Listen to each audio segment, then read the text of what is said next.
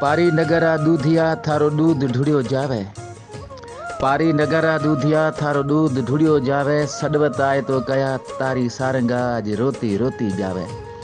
साईं मंझा सहरा थारी सदा नदीम जुमानी मुखातिबा। खूबसूरत तव्हांजी शायरी शामिल करतो हलां जेको लिखे मोकिलींदा पिरी प्यारा।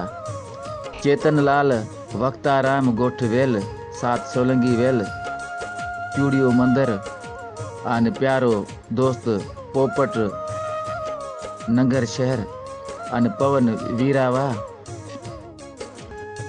थारे गाम ता सदके जाऊं हूँ मिठ नाम ता सदके जाऊं हूँ। थारी सूरत मंदिर में मूरत थारो भगत बैठो सदाऊं हूँ। अदा चेतन लाल वहाँ शायरी लिखिए दीवालीरी। बड़े दीवालीरो आए दिलबर घुमाऊं तिना चूड़ियो मंदिर। बड़े दीवालीरो आए दिलबर घुमाऊं तिना चूड़ियो मंदिर। चढ़े मोटर ते आपी हलसां। चढ़े मोटर ते आपी हलसां हले जोसां शहर नंगर। बड़े दीवालीरो आए दिलबर घुमाऊं तिना चूड़ियो मंदिर। तू हथियो ॾेई मांजे हथ में। तू हथियो ॾेई मांजे हथ में चढ़े हलसां आपी जबल कारूंझर। बड़े दीवालीरो आए दिलबर घुमाऊं तिना चूड़ियो मंदिर। बाड़े दीप दीवालीरा जानी। बाड़े दीप दीवालीरा जानी पछे हलसां आप पछे मिलसां आपी बई जिगर।